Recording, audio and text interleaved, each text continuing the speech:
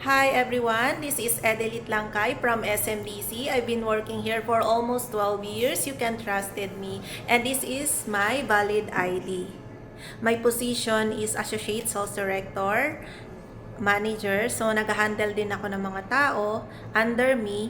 So meron din akong mga marketing partner all over the world na nagpa-accredit na rin. So, meron kaming mga after service guys kung gusto mong parentahan yung unit nyo or tirhan nyo, and pwede ko rin kayong turuan sa Airbnb kung paano magpatakbo.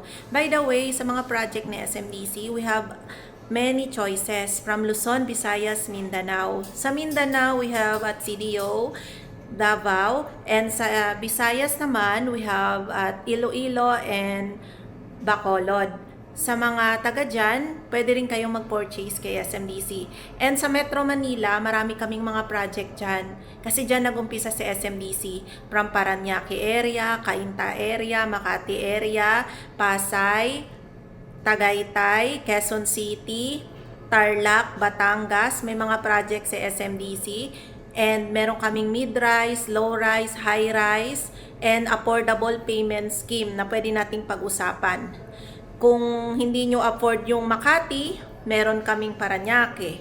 Kung hindi nyo afford yung Paranaque, meron kaming Quezon City. So, maraming options. So, feel free lang to ask me guys and yung team namin under Team ERL, and we will answer and we'll give you the best deal that we can give you.